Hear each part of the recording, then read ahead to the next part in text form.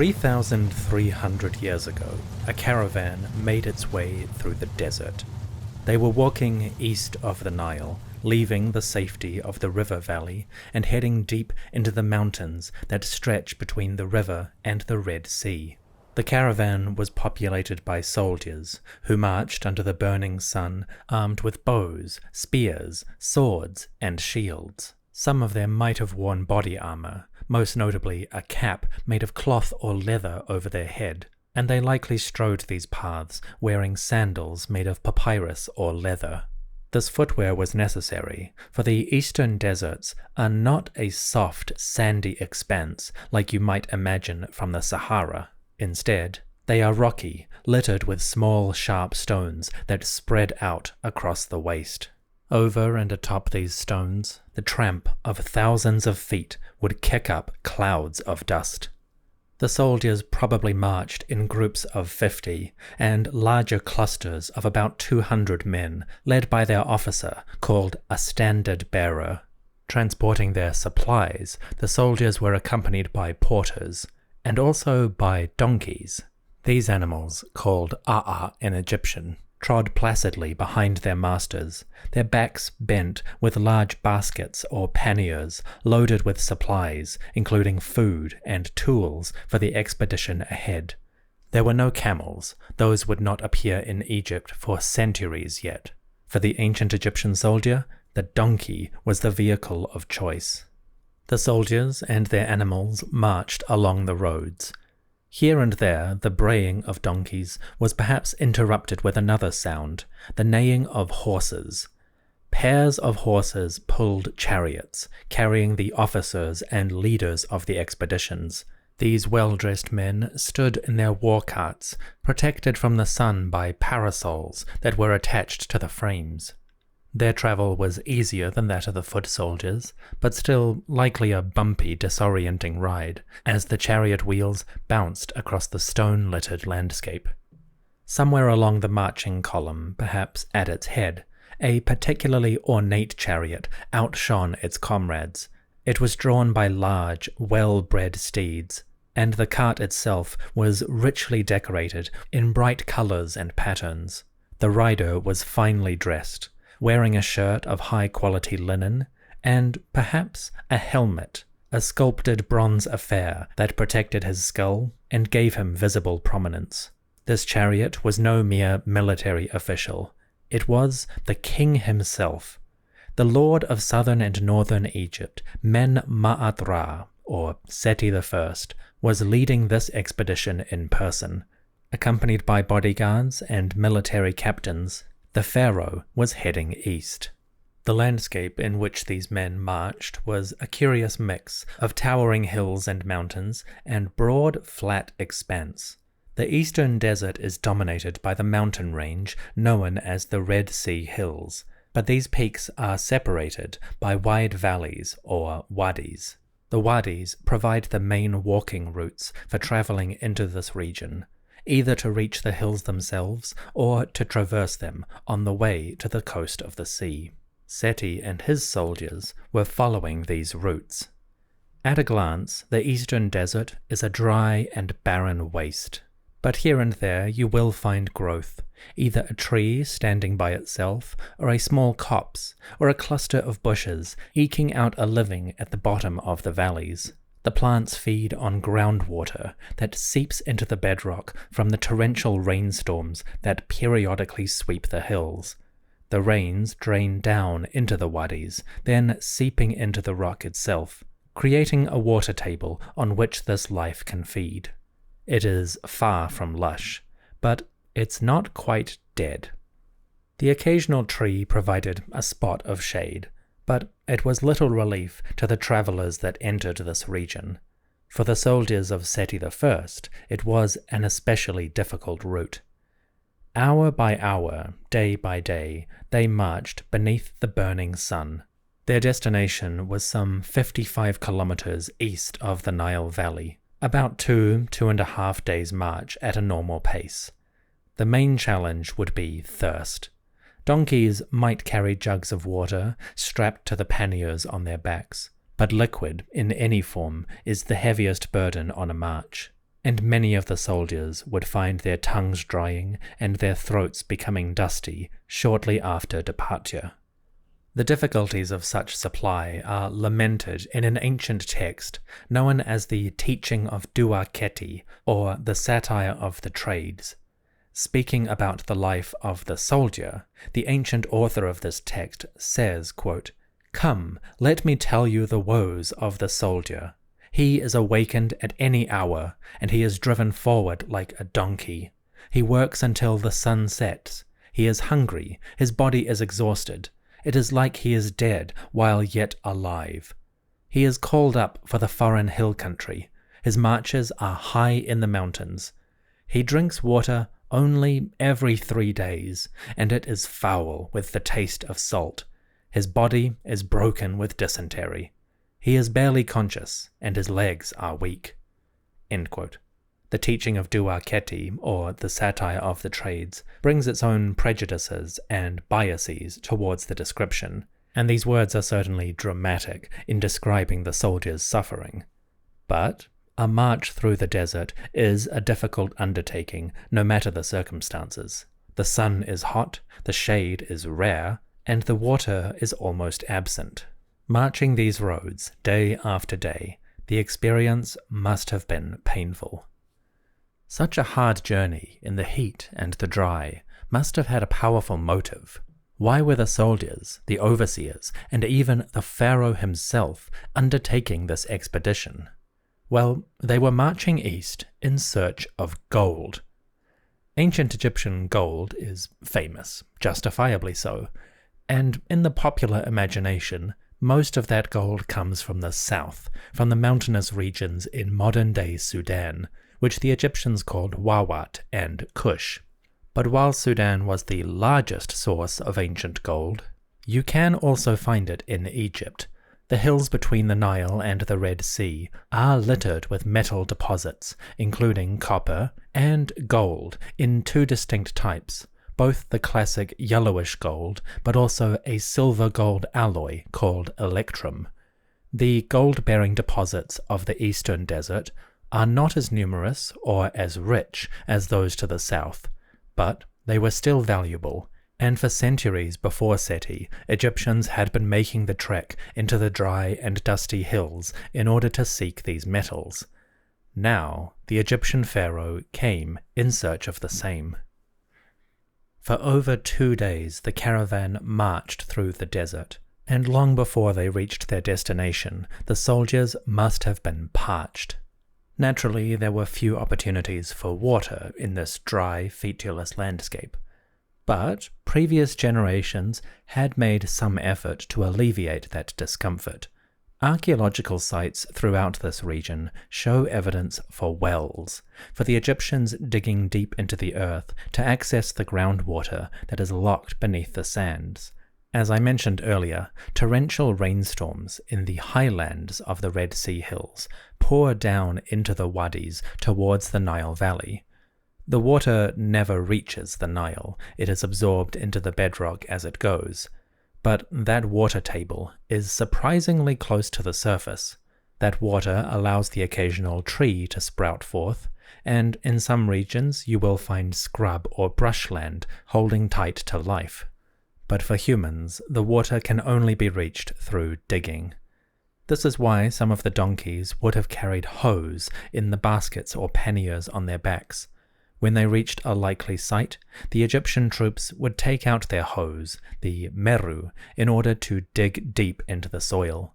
The water table is not that far down, about 8 to 10 meters on average, so a couple dozen men working for a few hours should be able to reach that level and begin to draw forth water. Of course, you can't stop the march for a few hours at a time whenever you need water, so the expedition was relying on those pre-existing wells to provide some comfort. In this situation, they were slightly out of luck. As they travelled into the hinterland, the soldiers of Sety I found that the local wells had gone dry. Or more accurately, the wells themselves had not gone dry, but they had become clogged.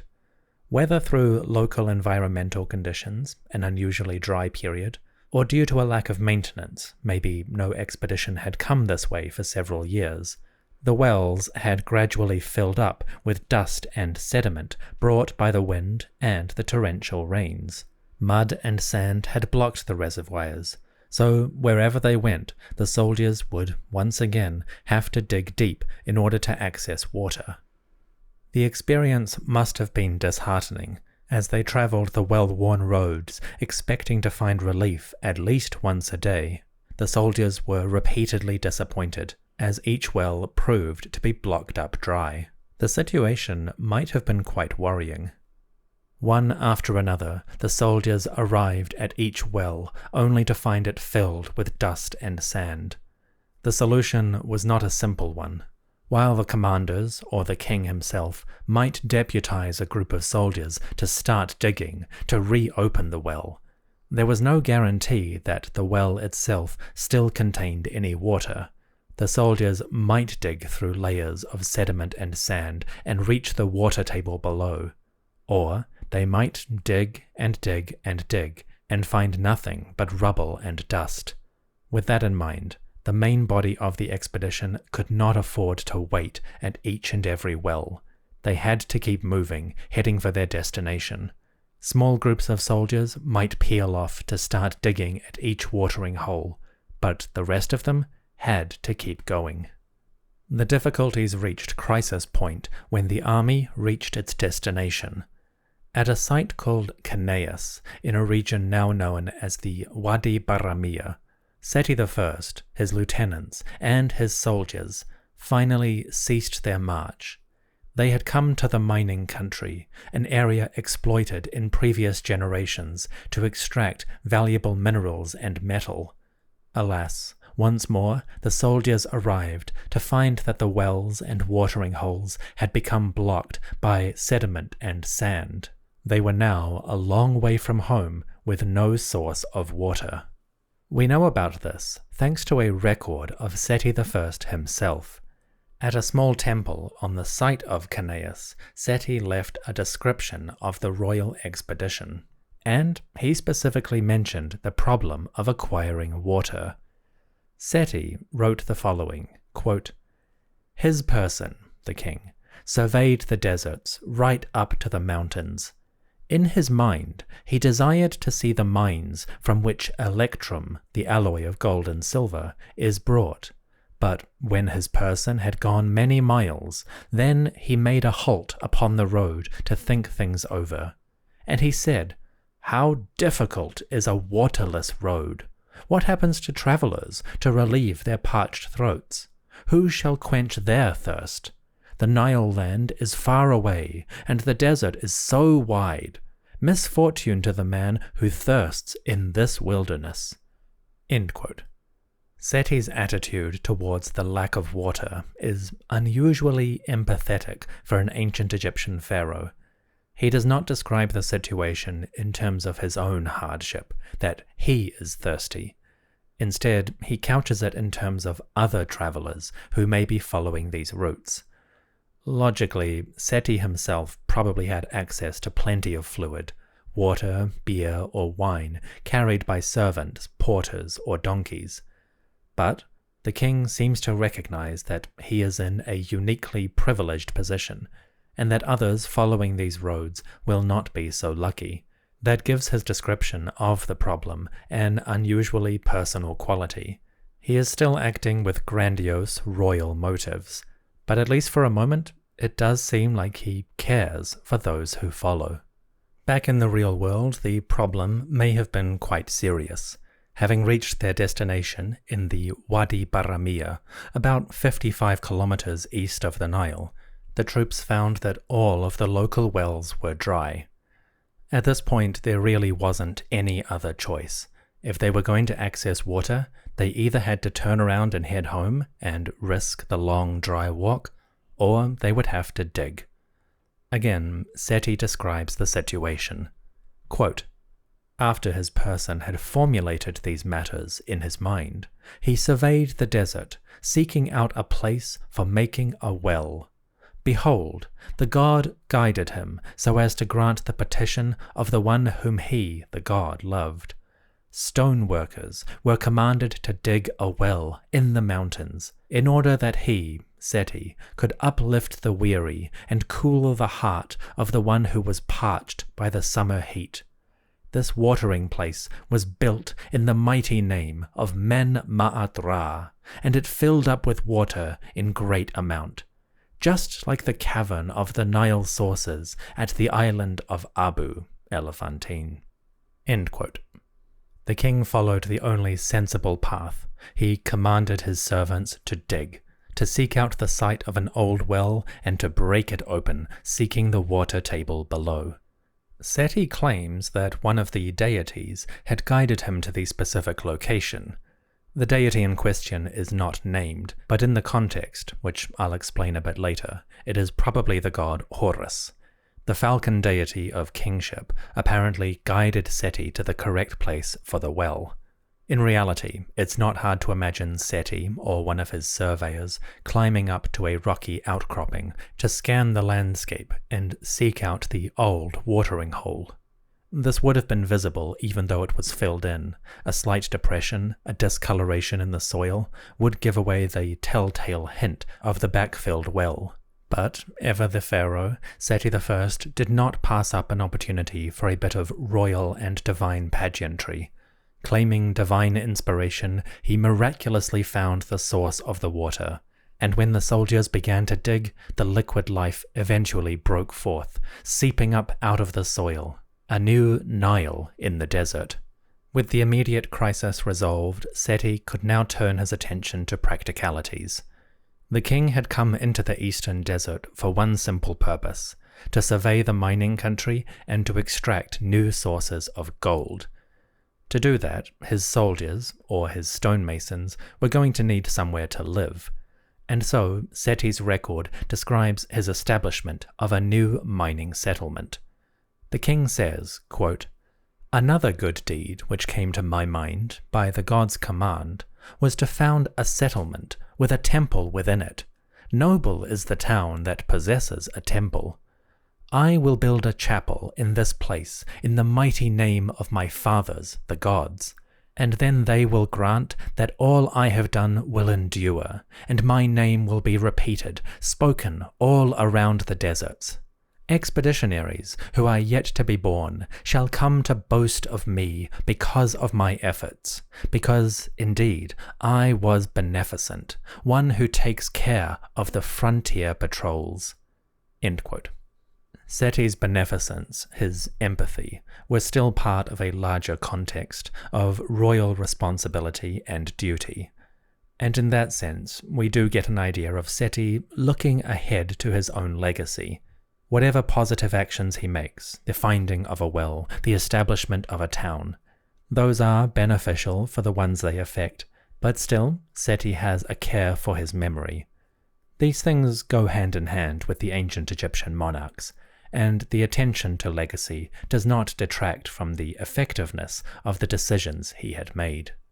Sety could command the establishment of a town, but that was going to take time.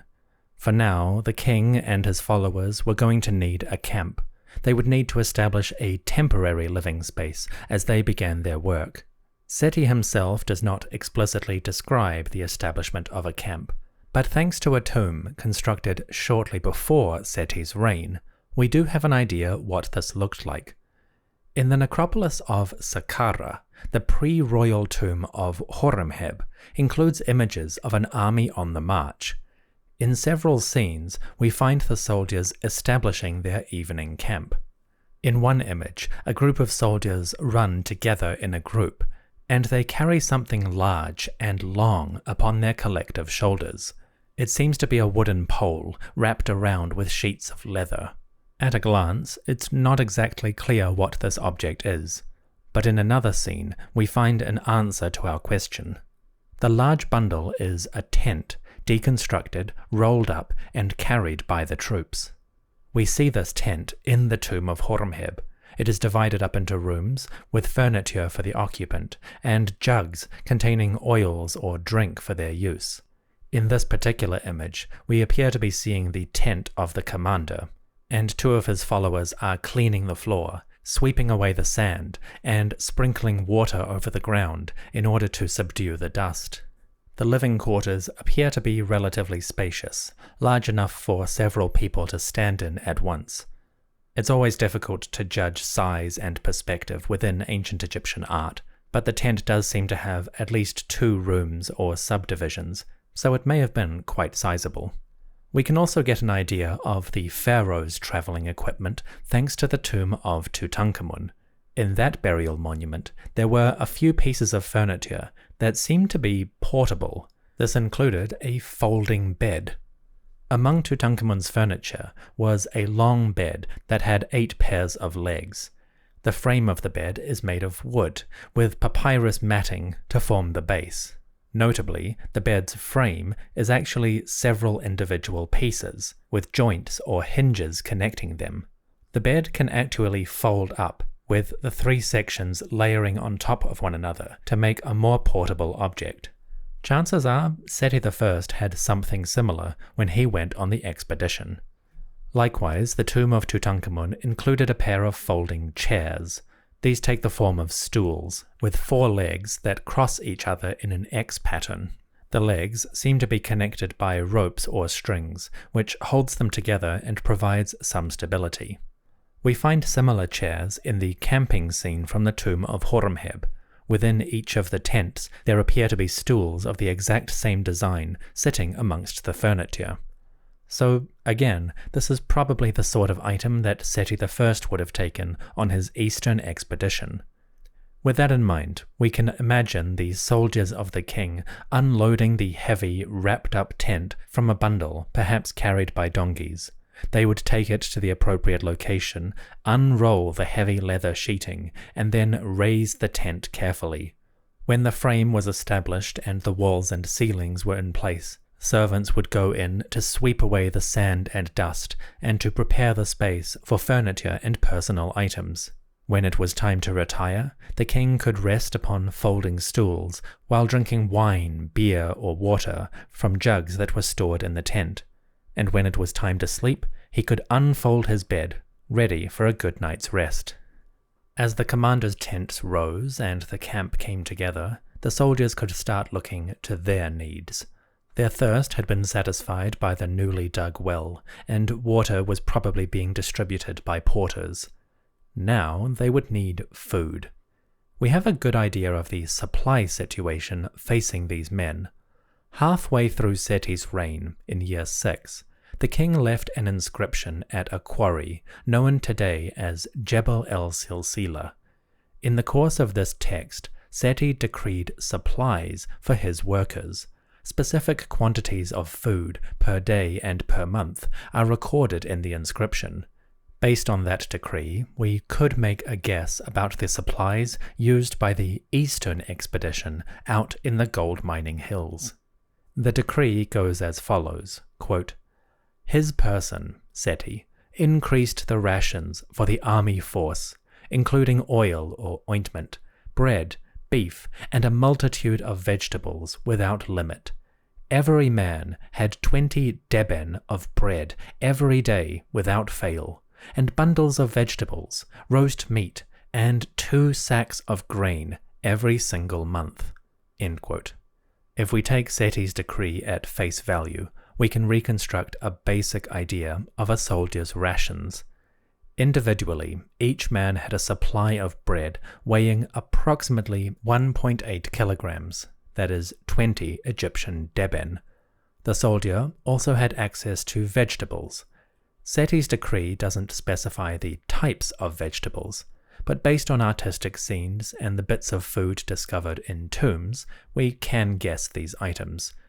Individual soldiers might bring quantities of onions, garlic, radishes, leeks, cucumbers, lentils, or lettuce, a breed of lettuce probably similar to romaine. For sweetness, they might bring fruit like pomegranates, grapes, or melons, which probably doubled as a good source of refreshment. They also had meat. Again, Sety's decree leaves the type of meat unspecified. He simply says that they got it. But based on art and burials, the most likely proteins would be goat, beef, goose, pigeon, fish, or pork. These are the meats that we know for the New Kingdom. They didn't have chicken or camels yet, and stories about pigs or fish being taboo come from much later in the Greek and Roman periods. In the context of a desert expedition, the soldiers were probably bringing food like goat or pigeon. Goats are relatively hardy and could be brought with the army itself. Pigeons are small and can be carried in cages.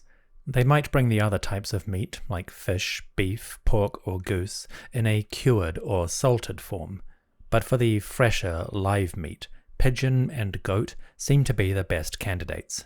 The point is, there was a wide variety of protein options, and with adequate preparation, individual soldiers or battalions might have had a decent spread of dishes. Finally, the soldiers had grain. For this record, Sety's decree specifies 2 sacks of grain per soldier per month. At a rough calculation, that would give each footman a supply of 436 litres, or 96 gallons, of raw grain every month. Chances are this took the majority of the donkey's burdens. The raw grain, from barley or emmer wheat, would stay viable for longer, so the troops probably took their sacks with them on the expedition. When the soldiers camped, they, or bakers brought on the trip, would grind the grain, mix it into dough, and then cook it into loaves. Once again, the tomb of Horemheb at Saqqara shows this process in action. In one image, we see the troops resting by the roadside. They split up into small groups, and individual soldiers, or maybe bakers, prepare rolls of dough. The bakers use milling stones, taking a slab of local stone, putting the grain on top, and then pounding it with a rock. This turns the grain into the floury powder that can be mixed with water and turned into dough. The dough is collected into bowls, and then cooked on an open fire or in a makeshift oven made of stones. During the daytime, the soldiers might even bake the bread out in the open, letting the heat of the sun raise the dough up. You can still find bread prepared in this traditional method in some regions of Egypt today. I had sun-baked bread in the Dakhla oasis out in the western desert about 10 years ago. It's quite tasty, and it's virtually indistinguishable from oven-baked. The only downside is that baking it out in the open means that sand or grit does tend to get in. It's quite noticeable when you're chewing. Putting it all together, we can imagine the evening meal. As the soldiers settled into their new camp in the Wadi Barramia, they could bring forth their victuals. A loaf of barley bread, dense and thick, cooked freshly on site. Fish and poultry, or a haunch of meat from a goat, cow, or pig would provide the protein. And crunchy vegetables like radish, leek, garlic, and onion added essential vitamins and nutrients. Finally, a piece of fruit added some sugar. And the whole was probably washed down with beer, or at least water drawn from the new well. These are the records we get from Sety's own reign, and while they are incomplete, they do hint at the expedition's supplies. Finally, it was time to sleep. It had been a long march from the Nile Valley out to the Wadi Barramia, and everyone, king, lieutenant, and soldier, was probably in need of a good rest. I have already described the king's personal tent based on the tomb of Horemheb. What about everyone else? The tomb of Horemheb shows at least 2 of these tents within the army camp. Presumably they belong to the army commanders. The tomb does not show how these soldiers were sleeping, but realistically they were probably sleeping under the stars. Like warriors across time, the troops would grab rest when they could get it, and while they might carry sleeping mats with them as part of their supplies, they most likely did not have their own tents. Once they started to build their settlement, the soldiers would construct small huts and houses out of local stones, and those would provide the more permanent dwellings for the soldiers staying and mining. But on those first nights, just after arriving in the Wadi Barramia, the troops would unroll their sleeping mats on the cool ground, and they would sleep beneath the endless stars, looking up at the infinite vault of Nut.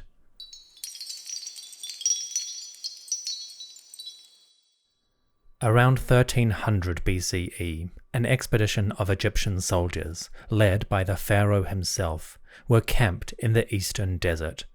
King Sety had brought his armed forces east to enter the hill country in order to mine gold. It had been a difficult journey, nearly 3 full days, and the water supply had been precarious at times. Having arrived in the Wadi Baramia, Sety had found the old watering holes, the wells dug by earlier generations, filled in by sediment and dust. And his soldiers, like any travelers in the region, were parched and dehydrated. Fortunately, the king was blessed by the god Horus, and he was able to identify the old watering holes. And with a bit of digging, the soldiers broke open those wells, releasing new water to sustain them on their journey. Soon, the army was camped at a site now known as Kanaus, in a region called the Wadi Baramia. There, Sety had decreed that they would establish a settlement for the miners to live while they were surveying gold. Once that camp was up and running, it would be time to start the mining itself. A difficult and laborious task, but one in which the Egyptians had developed a sophisticated set of skills. As the king went to his rest in the Wadi Baramia, he could look forward to treading those paths of gold.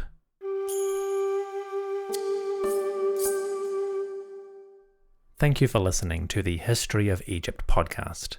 A small chapter this week, as we take a break from the politics that plagues the Nile Valley and the outside world, and enjoy a small tale of ancient travels and concerns. Next week, we will remain in the hills of the eastern desert to see how the Egyptians mined gold within this region, and how Sety commemorated their efforts. You may be wondering where I got these sources for this particular story.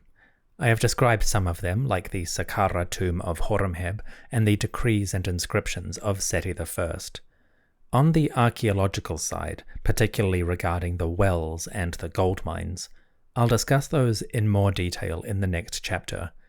A variety of scholars have spent many years surveying the eastern desert, and they have identified dozens of sites associated with ancient Egyptian mining. In the next chapter, I will explore those tales, including the evidence for the wells and water sources on which Sety and his troops relied. So if you are interested in those mechanics and the nitty-gritty of the ancient mining, that will be the next chapter. I hope you have enjoyed this small story, and I hope to see you soon for its conclusion. The podcast is brought to you by my generous supporters on Patreon. In particular, I would like to thank the priests who subscribe to the podcast at the highest possible level. My special thanks must go to Linda, Eric, Terry, TJ, Yola, Mykost, Andy and Chelsea, Kyla, Nidin, Ashley, Veronica, James, and Arthur. Folks, you are too generous, and I am in your debt. To everyone listening, thank you so much for joining me. May Horus ensure that you always find supplies of fresh water. May Amun help you bring forth treasures from all your endeavors. And may Nut, high above, protect you as you sleep. I'll see you soon. Oh, and one more thing. Sety I commanded his followers to dig a well. The ancient Egyptian word to dig is shad, and the word for a well or pool of water is shedit. This might sound familiar to fans of the Dune novels written by Frank Herbert. In the first novel, a Fremen character by the name of Shadot Mapes is introduced, and one of the protagonists comments on this name, that it means well dipper in an ancient language. What is your name? Shadot Mapes, my lady. Shadot. It's an old Jacobsa word. Well dipper? You know the ancient tongues. I know many things. I couldn't find any exact confirmation of this, but I wouldn't be surprised if Herbert used the words shedit and shad, meaning pool and to dig, as the source of this name. Herbert used many languages, both modern and ancient, in constructing his future civilization, and the Fremen in particular seem to have many threads of ancient and medieval Egyptian in their language and customs. Other ancient Egyptian words turn up in the Dune novels, and we'll encounter those more as our story unfolds. Still, it's an interesting little parallel, and I wonder if it's intentional.